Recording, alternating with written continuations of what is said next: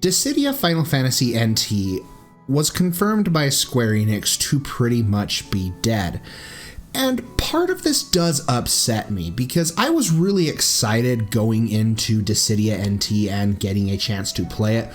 One of the things with Dissidia on the PSP that I always wanted was a high-definition graphical game on the PlayStation 3 or the PlayStation 4. So NT came out and I was like, yeah, I really want this, you know? It was super exciting to be able to see. And a little bit after its 2-year release, Square Enix is deciding to pull the plug on it, and that could not disappoint me more. Now, NT was a catastrophic disaster to begin with, right? It was extremely irritating to be able to get into a match. It was, the gameplay in of itself was actually pretty cool considering the 3-on-3, but it would have been nice to be able to have that one-on-one fighting that the original was known for. And the biggest fault that NT had was the lack of a single player, or the way that they executed it.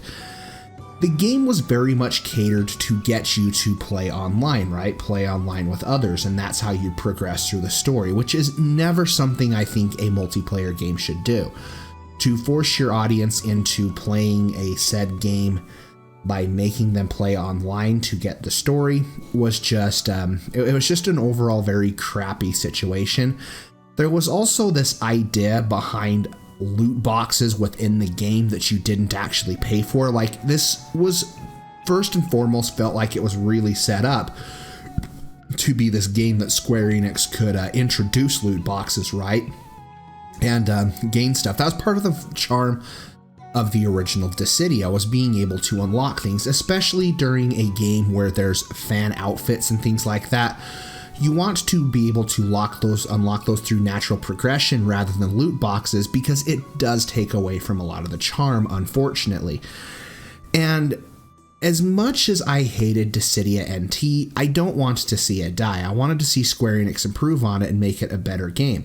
But even with that announcement, there are people like, well, cool, NT's dead. Maybe they'll just come out with a game that's actually better. Well, they addressed it, and Square Enix hasn't been exactly happy with the sales, right? Because, and I'll link a video down to the Night Sky Prince talking about this because he kind of sums it up, and this is where I'm getting a lot of my information from.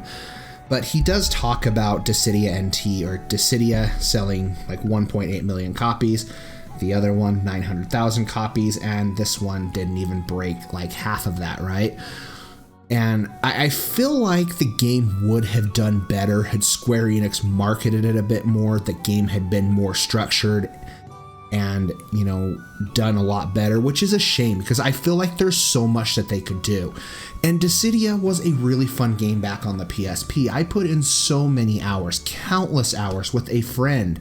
We would just sit down on his couch and play Dissidia through the story. We'd do matches against each other. You know, it was so much fun to be able to pitch your favorite Final Fantasy characters up against each other and, you know, have those celebrity deathmatch. Don't want to quite call it that, but you know what I mean. You know, this crossover that brought all the characters together. It was just something really cool to see.